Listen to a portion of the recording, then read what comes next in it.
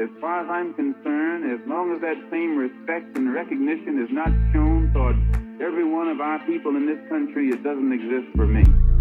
And during the few moments that we have left, we want to have just an off-the-cuff chat between you and me, us. We want to talk right down to earth in a language that everybody here can easily understand. Welcome back to another episode of The Malcolm Effect. And today it is an honor and privilege to be in conversation with someone I consider a teacher. And I'm not even exaggerating when I say in many ways I owe my attachment to the religion of Islam to our guest today. Ahlan wa sahlan. Welcome, Shaykh Dr. Khaled Abou El Fadl. How are you? Alhamdulillah, it's very nice to be with you. I'm very happy to have this conversation.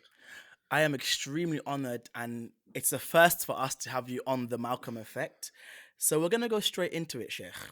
I guess Inshallah. for our audience, given what you're doing now, describe to us, tell us, what is the project of Sheikh Khalid right now? That's a that's a very big question. Well, the most recent thing that I have dedicated last 2 years was a tafsir of the Quran. It's more a personal commentary on the Quran, and then, Alhamdulillah, we've now covered in this what we call the Illume project. We've covered 99 surahs. So within the methodology of this project, we've covered 99 surahs. And so inshallah, we're approaching the completion of this project. But the what I have over many years of research become thoroughly convinced of, that each surah in the Quran has a thematic unity to it, that there is a point to each surah as a cohesive chapter. And Mhm. the message is often connected to historical unfoldings at the time of the Prophet ﷺ, but at the same time, that the what the Quran is saying is a moral commentary that projects into the future. In other words, it sort of provides a moral exemplar for human beings to study and to reflect on and to extract lessons from. And most critically is that the entire Quran, the entire Sarat al Mustaqim, is a moral path. That the Quran, from A to Z, from the very first Meccan revelations to the very last Medinian revelation, is constantly engaged in a project of moral elevation of the human being, to get human beings to think in ethical terms about the challenges before them. And that's easier said than demonstrated. And so the entire project was to go surah by surah and to demonstrate how that is, to thoroughly discuss the context of each surah, to thoroughly discuss what the surah aimed to say and the various rhetorical movements within the body of a surah, and uh, to demonstrate what was the ethical moral point that thought to elevate human beings at the time. And alhamdulillah, I mean, of course, because it is not the regular rhetoric, and because while I don't have thousands upon thousands of followers, but the reaction we've been receiving from all over the world has been astounding. People who feel that they've been reborn with this commentary. I mean, my entire, it fits in with an intellectual trajectory that I have taken in throughout this life. Islam without the Quran makes no sense to me. The Quran is the central moral code. It is the repository, the divine voice in our midst. It's a repository of the divine presence in our midst. And my entire intellectual project has been an exploration of when Allah tells human beings that Allah seeks to take them out of darkness to light. I take that very seriously, and I take that very literally. But that then begs the question: what is darkness, and what is light, and in what ways is it a journey from darkness to light? Not 1400 years ago, not 600 years ago, but today. How can the Islamic message be a journey from darkness to light?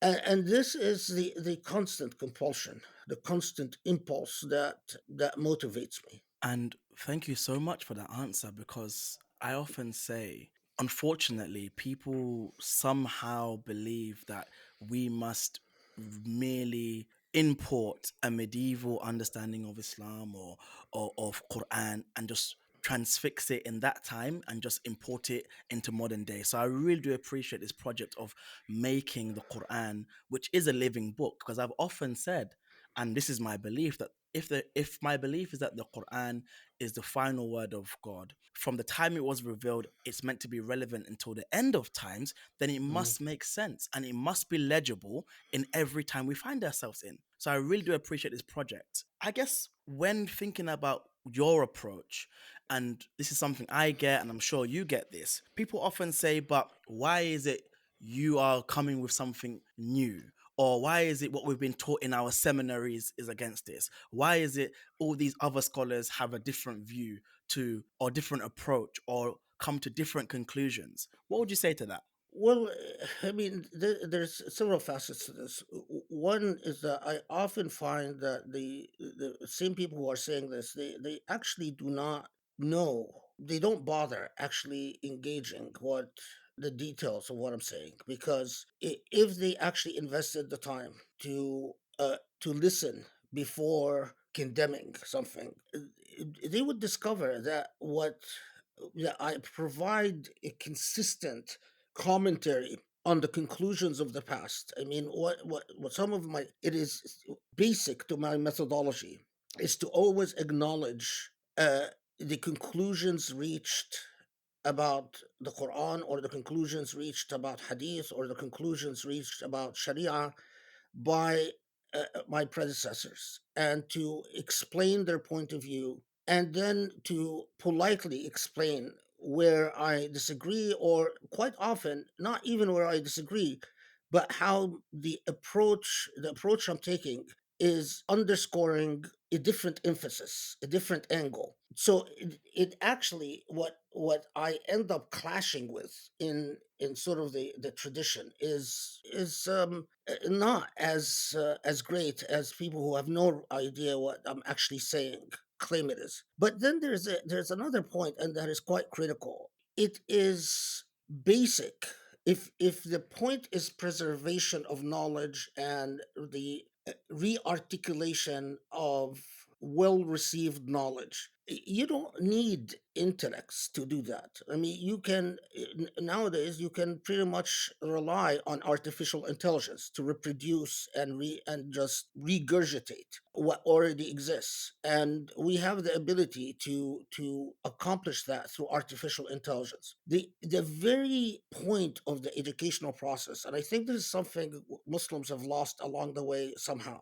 When someone is at a university, someone is studying to get a master's or get a doctorate, when they write a paper, if they are not saying something new, then you tell them this is a merely descriptive paper, and that is insufficient for the intellectual project. You must always, in engaging the subject, be able to point to your original contribution. The educational process of the entire world, and I think of the Islamic past as well, celebrates originality.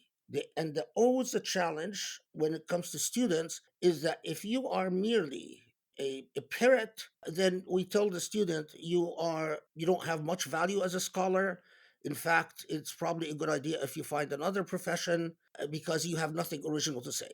But somehow, through our apologetic, defensive, reflexive reaction to colonialism, our entire focus became to preserve. not to contribute. And this is disastrous because, as you said, if God's voice is sociologically and anthropologically incongruent, if what God has to say consistently clashes with the evolving human epistemological consciousness, because human beings, the way the mind worked, even just 100 years ago, is very different from the way the mind works today. Even just average person, when they watch a movie that was made in the 1960s, a lot of the reactions and speech patterns and uh, uh, thinking processes of the characters in the movie strike the audience 20 years later, 30 years later, as odd and as artificial. And it's because their epistemology, their consciousness, works different than the consciousness of people who were in the movie just in the 1960s or 1970s. That is the nature of human systems of knowledge. We our psyches evolve, our consciousness evolves, our comprehensions evolves, our perceptions evolve, the way our subjectivities evolve, the way we construct reality, the way we understand reality, the way we prioritize elements in reality. And so the only way God's voice can continue being pertinent and relevant is by the loyal, dedicated, committed, sincere efforts of the people of God, Hezbollah. But Hezbollah has to be constantly committed to originality. And originality is not newness for newness sake, but in always thinking in terms of the actual challenges that meet human beings and in every time period, and what the eternal and immutable and primordial voice of the divine has to say. And what I claim in the Project Ulum and what I did with the Quran is to precisely illustrate why the Quran, if you, any law is simply a part of a moral project. The point is the moral project. The point is not the law. If you even the parts of the law where Allah expects us to obey, the strict ibadat, like for instance, why Salah is 4 rakahs and why Asr is 4 rakahs and Maghrib is 3 rakahs. There is a point to understand about divine space, divine time, divine boundaries, and fits within an rational ethical project that truly gives meaning to the expression from darkness to light, and that fully explores what light means, not 1400 years ago, but what light, the project of always internalizing luminosity. How is that? What does that mean at an ethical plane, at a moral level? So I mean, I've always it's very, it's amazing that we have turned our religion into a servant of our identity needs, simply and strictly. Whatever affirms our insecurities and anxieties about our own identity and allows us to feel culturally different, and the pretense, the lie of being culturally superior. And in order to maintain this artificial construct, in order to feel culturally superior, we have to eliminate all real challenges in terms of truly moral challenges. So we construct these highly artificial environments in our Islamic centers, our Islamic schools, our so-called Islamic universities, in which we just talk to each other, and we engage in this sort of pietistic rituals and pietistic displays and pietistic theater vis-a-vis one another, while the world is around us, the discourses around us in the world. I mean, let me give you just a very quick example. Recently, I was asked to teach legal philosophy at the law school, at UCLA Law School. They asked me to teach a course on legal philosophy. And then one of my colleagues contacted me and said, I think it would be such a treat if you teach a course comparing modern legal philosophy to Islamic legal philosophy. I would even audit this course. And I didn't say anything because inside of me, I knew I'm comparing what? I mean, there have been no advances in Islamic legal philosophy for centuries. So, while if you compare modern legal philosophy, you can point to 10 different schools of thought about what law is, what law does, what law should do, and you can get to great degrees of intellectual sophistication about the function of law and the purpose of law. When it comes to the Islamic arena, the only thing you have to compare with is something that is medieval. You can that compares well with other medieval legal systems, but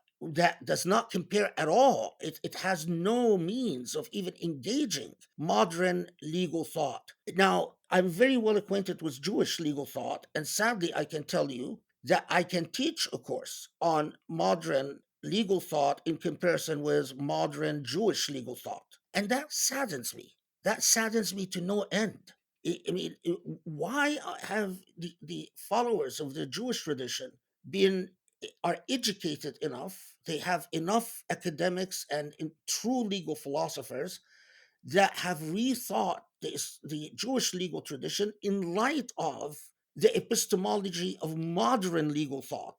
And so they present not just a rival, but a very respectable contributor, something that is very plausible, presents very plausible alternatives, let's say, anchored in the Jewish identity and Jewish morality. Not so when it comes to Islam, because the minute you try to articulate any serious original legal thought in Islam, you have the intellectual hyenas nipping at you left and right, delegitimating you left and right, putting you down in every possible way. And that's death. I mean, what doesn't grow dies. That's Allah's sunnah in creation. If what doesn't move, what doesn't evolve, what doesn't adapt, dies. That's Allah's sunnah. It's not Darwin's sunnah. That's Allah's sunnah. And so we it's like we don't move, we don't evolve, we don't adapt, and you see the death in the lack of seriousness by which we take our tradition generally, in the huge number of Muslims that leave the faith, young kids and youth that grow up and say, oh, my parents are Muslim, in the lack of pride and lack of and this general sense of you see it all over, this defensiveness and insecurity about our own tradition, which is just endlessly sad. And it all goes back to that thing that you identified, the way we fight originality and creativity. Absolutely. And something I've been consistently, one of the reasons why I've been consistently drawn to your work is, as you mentioned several times, this fidelity to morality and ethics and social justice is something that continuously moves me when I watch your khutbas. I remember watching one of your khutbas, you won the few people at the minbar to speak about settler colonialism, to speak about Hmm. colonialism, to speak about capitalism, and especially in a time, and this leads me on to my next point, especially in a time where all too often mainstream Muslim scholars in the West have embedded themselves into a cultural war, which I argue has nothing to do with us in many ways, but have decided that when it comes to balance of odds, we are better suited with aligning ourselves with the right wing Hmm. conservatism, as if to say Islam is morally and ethically aligned with right wing Yep. conservatism and reactionaries. And again, straight up, me as a black person, I find that horrendous. I can't. Again, it's like, do I leave my blackness at the door and embrace what is a Yeah. moral, ethical injunction because now I had someone say to me, at least on the right, the violence on the right is only physical, where the left is ideological and it affects your hereafter. And I thought, isn't white doesn't white Oh my supremacy also God. affect your hereafter? Yeah. I really couldn't Yeah. believe it. So I wanted Yeah. to kind of like, can we unpack this together? Like, what do you think of those who say Islam is inherently right wing conservatism? It is exactly, if people understood how deeply this cuts and how destructive this is. Hmm. Once upon a time, we had something called the Wahhabi movement emerge from Najd. Yeah. And threatened to undertake all of Arabia and extinguish all form of nativist Islam that had emerged through centuries of practice. All the different Sufi groups, all the different reason-based groups, all Yeah. and considered everything heretical. Now, here's the thing: because the fact that the Wahhabis raised the banner La ilaha illallah Muhammad Rasulullah, because they would pray their five prayers Jama'ah, because they covered up women and locked them up at home, the British colonialism saw this as a more authentic articulation of Islam than Turkish Islam, Egyptian Islam, all the Islams of Asia, all the Indian Islam. If you look at the annals of British colonialism, I have this entire archive of British intelligence correspondence about Wahhabi Islam, and consistently and persistently they say that, well, the Wahhabis are, they're an embodiment of the real Islam, not this Turkish Islam, which is in their mind not a real Islam. Now, instead of paying attention to why colonialism is embracing this austere and frequently immoral form of Islam. This is the Islam that went up to Karbala and slaughtered thousands of worshippers, and it didn't bother British colonialism at all. This is the Islam that executed a countless number of Muslim shuyukh, Hanafis and Malikis, because they all deemed them kuffar, and it didn't bother British colonialism at all. And what is really sad is that we fell in the trap, and even people that as respectable as Rashid Rida looked at the pietistic displays of Wahhabism and decided to side with them rather than the moral substance, the idea that they have no regard for the value of human life or human liberty or human dignity or human rights. And we are still suffering till today the consequences of that.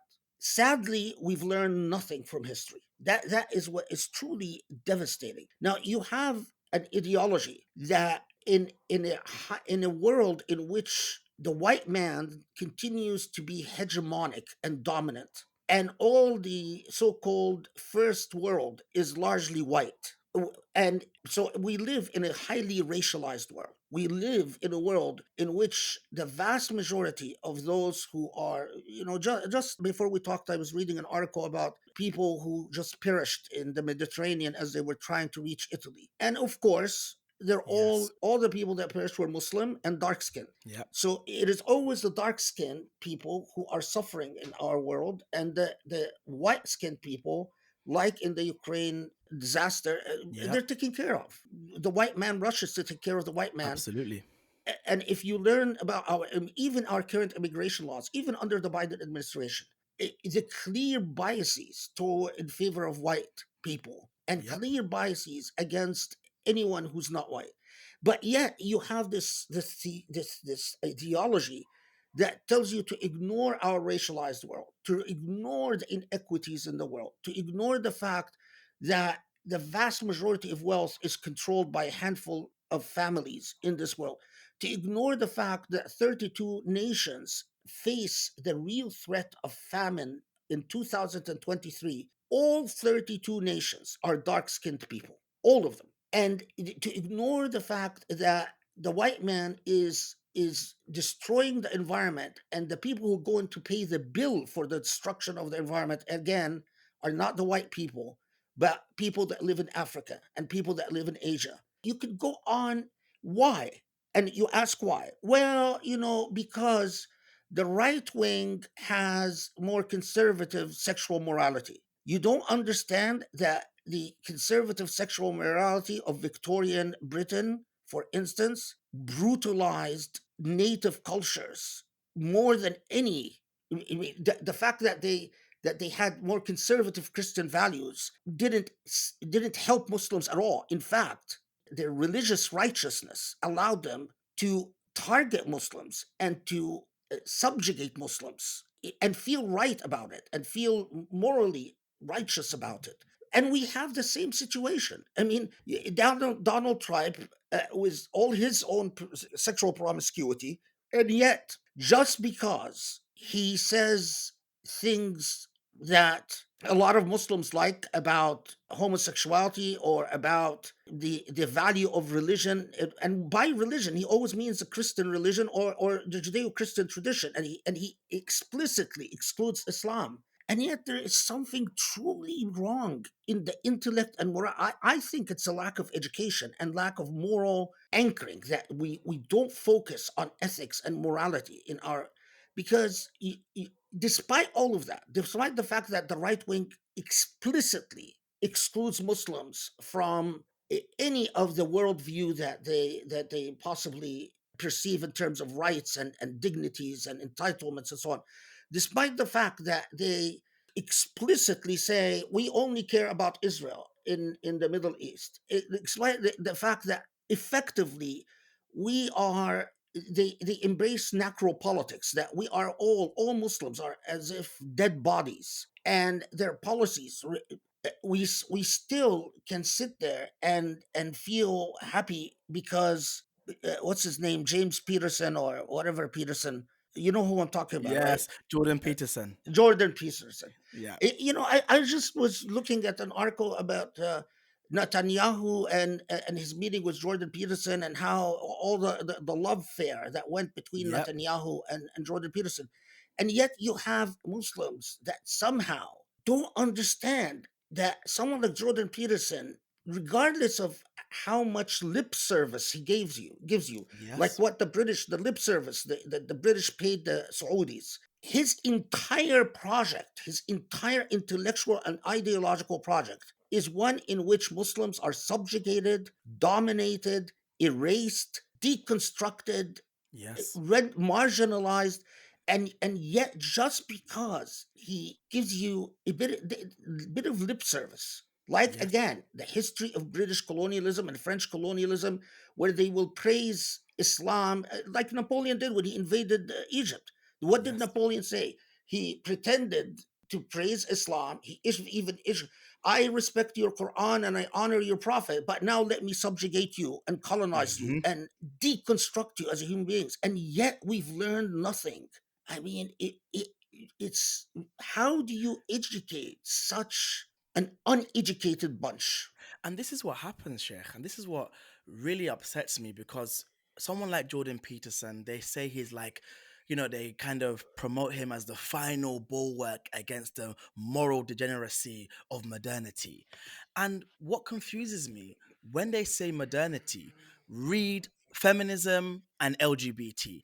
Modernity Right. never take in consideration capitalism.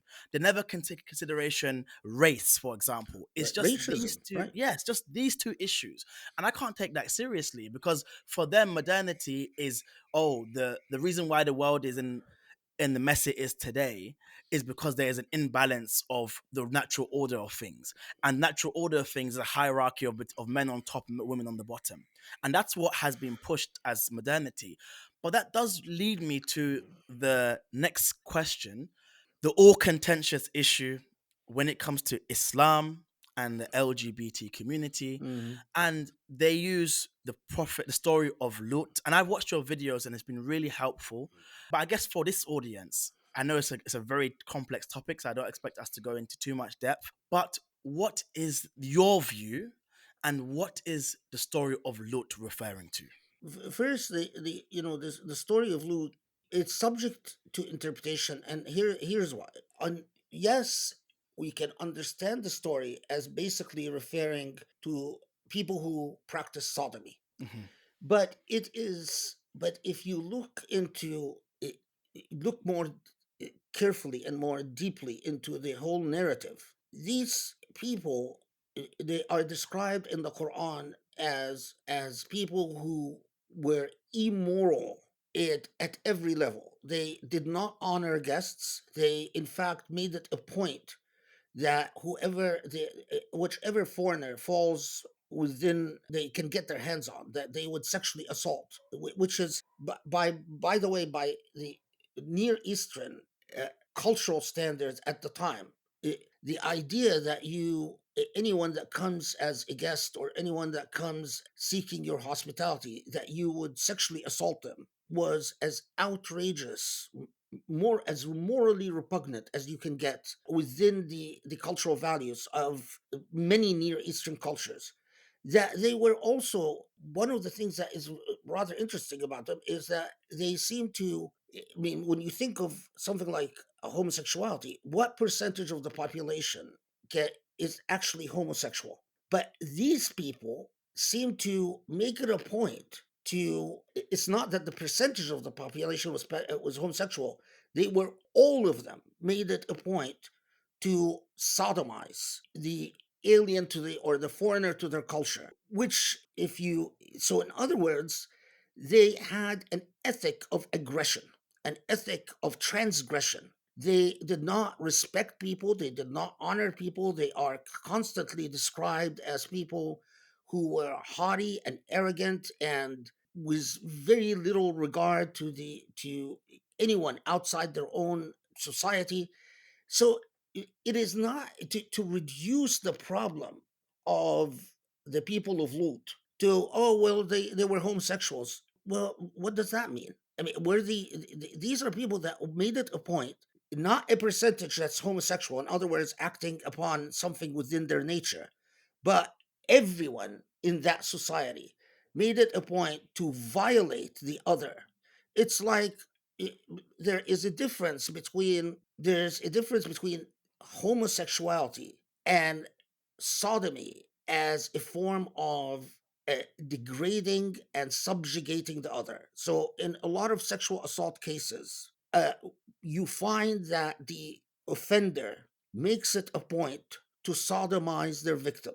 And in every case, when you get into the psychology of the offender, it is not that they sodomize the victim because they're homosexual. No, they sodomize the victim to degrade the victim, to tell the victim, see, I am subjugating you thoroughly and completely. I am violating every privacy you have. And when you approach the story of Lut from that morally critical insight, then it cannot be simply reduced to an issue of homosexuality. There is much more, Absolutely. yeah, involved here. These are affirmatively, I mean, even look at they go tell Lut, haven't we forbidden you from receiving any visitors? Well, now that you have visitors, we must violate them. Hmm. That's not an issue of homosexuality. Exactly. That's an issue of people who are criminals. I mean, Absolutely. absolutely. And the same way that the Quran condemns those who are highway robbers and who victimize the defenseless. And as Muslim scholars would say in Idam al Ghawth, that those who are truly Hmm. defenseless. And the Quran is extremely resolute in saying that this is corruption on the earth and that these are people that, must be punished very severely. And that reminds me a lot of what people of Lut were doing. They Yes. Everything tells us that they're victimizing the defenseless and degrading and humiliating the other.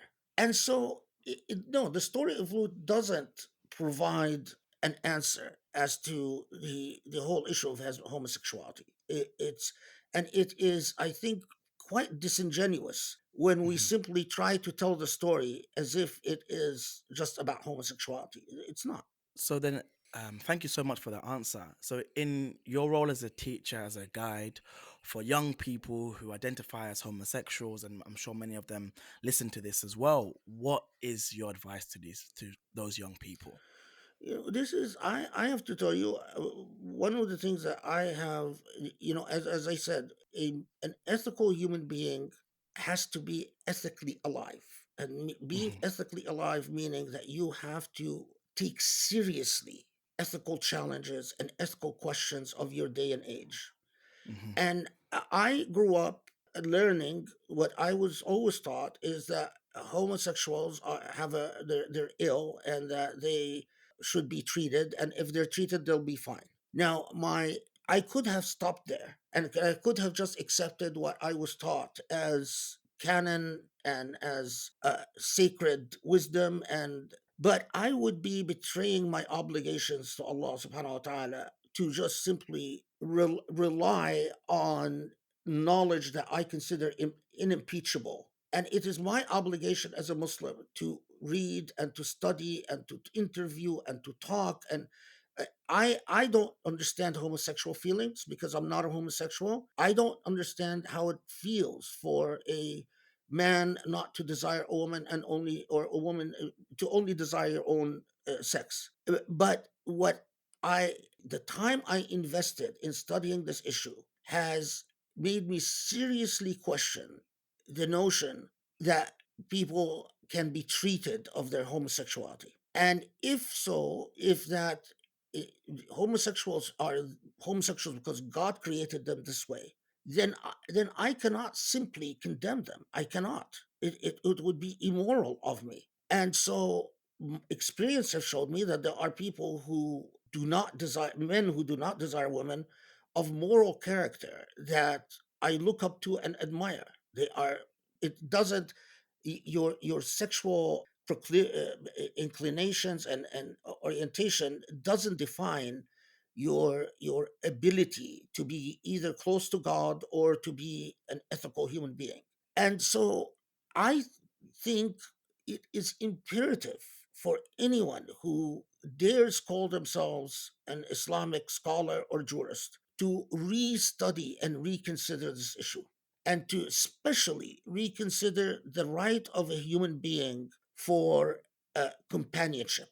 That uh, that when Allah describes a partner as a second, I'm not interested in giving license for people to be sexually promiscuous. That's not at all my concern, because I know that part of what Allah expects us to do is to discipline our sexual urges and to only expend them in what is in morally appropriate and correct ways. But what does concern me is to tell a human being that a lot of homosexuals come and say, well, should I just marry a woman?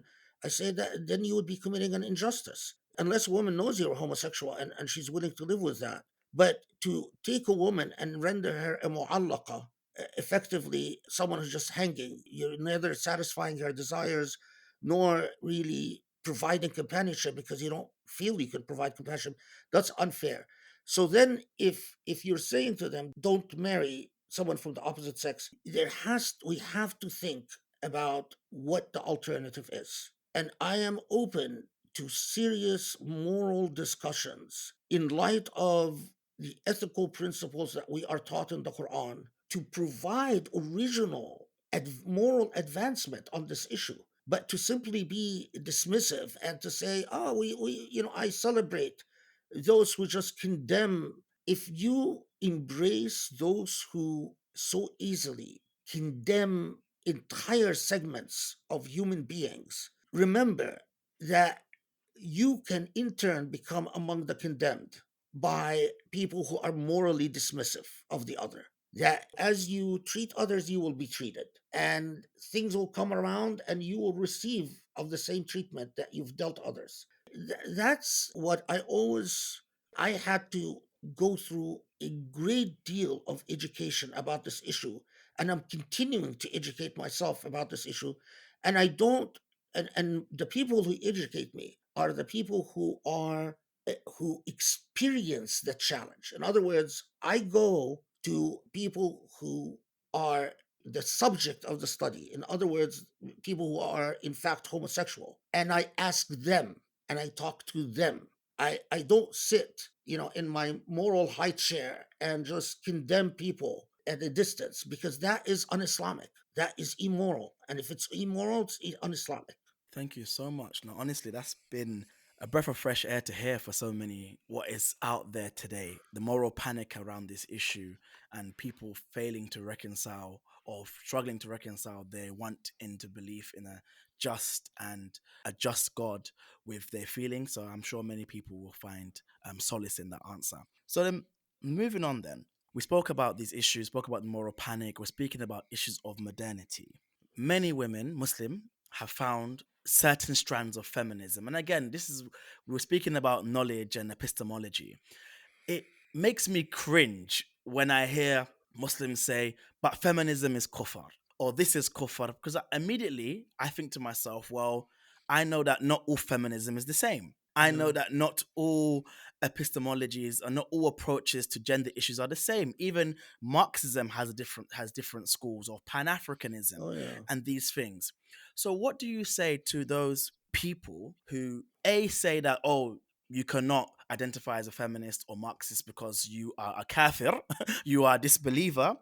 Or Mm. what do you say to those Muslims as well who said, you know what? Of course, my ethical injunction comes from the Quran and my belief in God. However, I have found this critique of gender, or this imagining of gender relations, or this understanding of capitalism to be pertinent, to be important, to be helpful in my analysis and understanding of the world. Again, the education deficiency is truly frightening among Muslims. I mean, for generations, Muslim parents have been directing their kids to become doctors and engineers, and we are really feeling the effect of that now. Um, Absolutely. because it's like the same thing about I was invited to a very well known Islamic venue a couple of years ago, and I gave a talk, and the people who are sponsored were happy with the talk until in the Q&A people started raising issues of race and critical race studies, and just because of the response I gave, my whole talk was excluded from publication, and I was never invited again. And the problem is always, I always encounter the same problem, is that those people who are condemning critical race studies have actually not read much at all in the field. I mean, even if they read Absolutely. anything, they've read some, and same thing was feminism, same thing was Marxism. These are labels for various points of emphasis.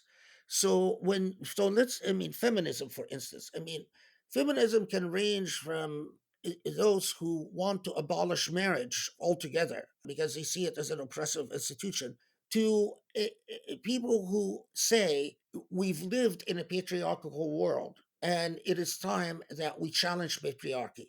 Now, can anyone really deny that we've lived in a patriarchal world? I mean, does anyone find real support in the Quran to the proposition that somehow men are biologically eh, superior, meaning by their very physiology, intellectually superior to women? Well, if you make that claim, then empiricism is the biggest challenge to that. And part of elementary principles of usul al-fiqh is whatever is challenged by reality must demands a re-articulation or reconsideration of the law. So Mhm. if whatever empirical facts exist, so we empirically know that women are not inferior intellectually to women, and to women are not intellectually inferior to men, and we also know that all the stuff that men say about women and their menstrual cycle and their psychology and is hardwash. We know that if you actually get an education and actually study, you will realize that this is all the just old tales and have no be. And life has shown us that some of the best leaders in the world, some of the leaders who truly served their nations well, were women. And so we go back to the ethics of the Quran. And as I, in my commentary on Surah Maryam, the Maryam defied the patriarchy of the temple. Maryam, she was told, because you're not a man, you cannot worship at the temple and you cannot become part of the rabbinic class. And she defied them before the birth of Jesus, alayhi salam, and after the birth of Jesus. And Surah Maryam itself and the entire Quran, and again, I've in my commentary, I go through that micro detail. The entire Quran in Surah Al-Mujadala again shows you that Allah seconds, blesses, approves of a woman who stands up and demands her rights. And as a result, when you look at an encyclopedic bibliography of women in Islam, like the one published by Nadawi, this 35 volume, you find that half of this encyclopedia were women at the time of the Prophet, ﷺ, that the Quranic phenomena and the prophetic phenomena empowered women to stand up and to defy the traditional roles of patriarchy. Now, you could call that feminism, depending on how your definition of feminism is. In some ways, what the role played by various women, from the woman who questioned Omar ibn Khattab to the woman who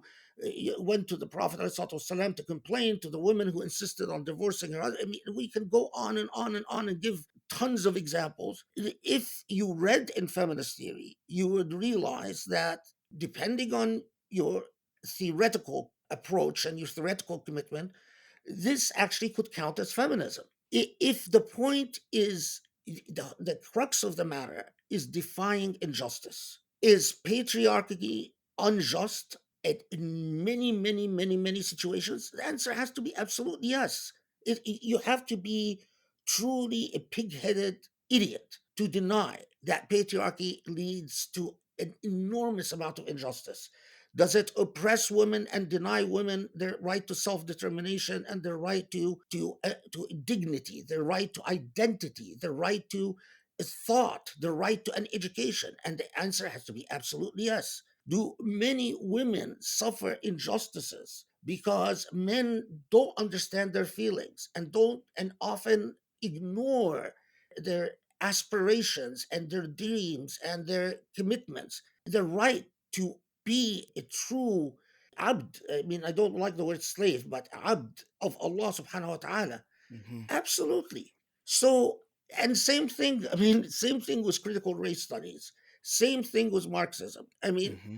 Marxism, there are those Marxists who are so committed to, basically a dictatorship of the proletariat. And then there are those Marxists who completely do not accept the idea of a dictatorship of the proletariat as in communism.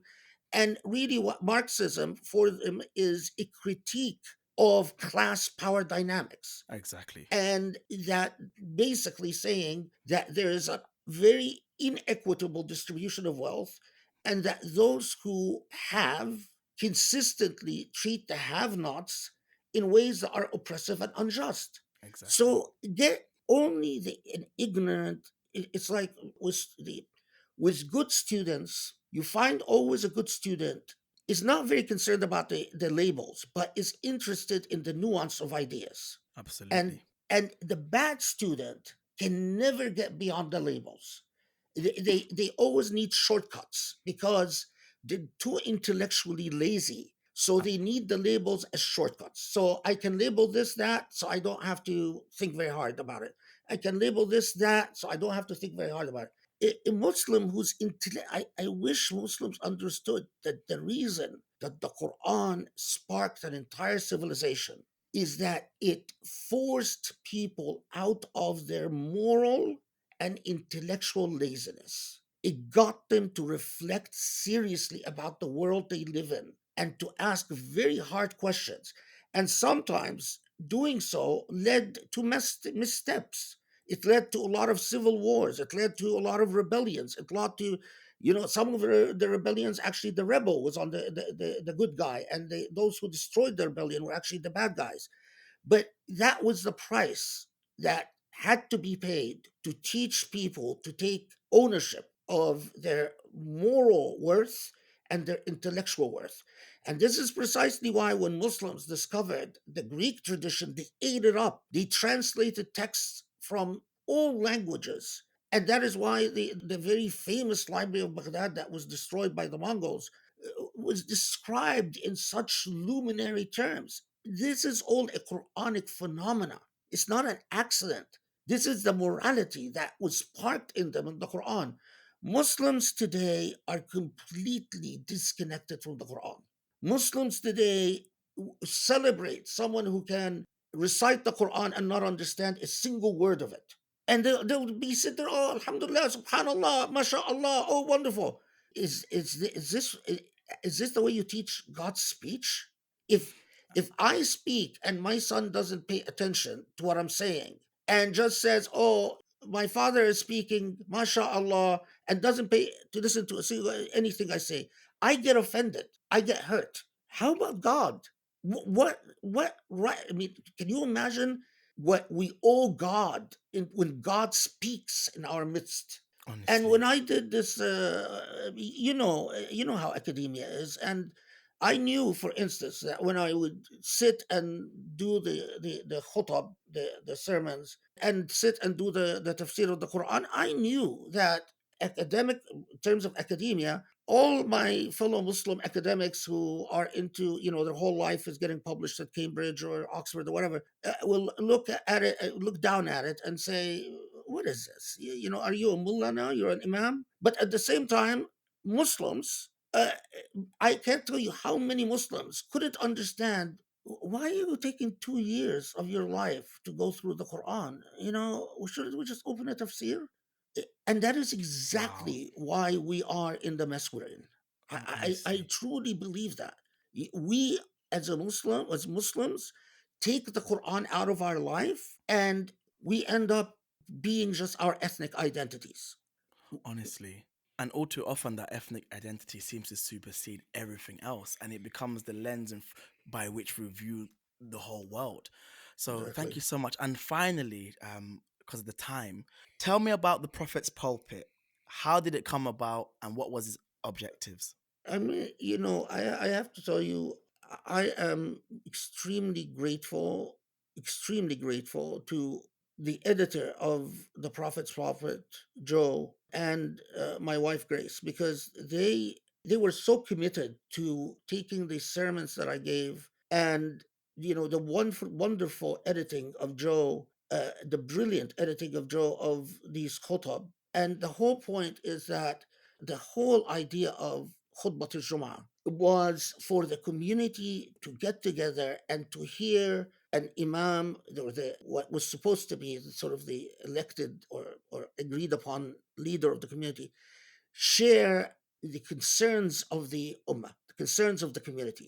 Here is what's going on, and here is what here's how we should try to think about it, how we deal with the various problems in light of our commitment to Allah. But the khutbah, all over the Muslim world, has become something horrendously different. I mean, people, me included, we would attend the khutbah and you would fall asleep and you would just like, when is it going to be over? I've heard everything that these people are saying.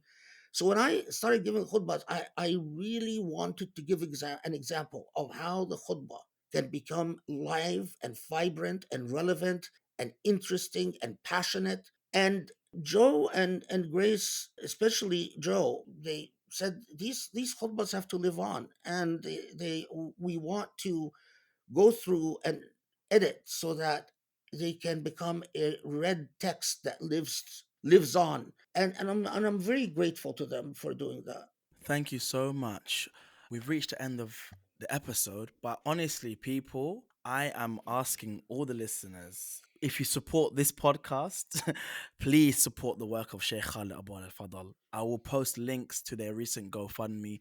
Honestly, this engagement of the Quran, this engagement of presenting Islam in this way is something that we need to really get behind. So, this is my plea, and I hope others will follow as well. And Sheikh, all I can say is thank you so much. May Allah Thank you so continue much. May to Allah place bless you. barakah in all that Barakallah. you do. Allahumma Barakallah ameen. feek. And I can't Hamak wait ya to Rab. finally visit you in person soon, inshallah. Inshallah, may Allah Take bless care. you and strengthen you, Ya Rab. Ya Ameen. Rab. Ameen.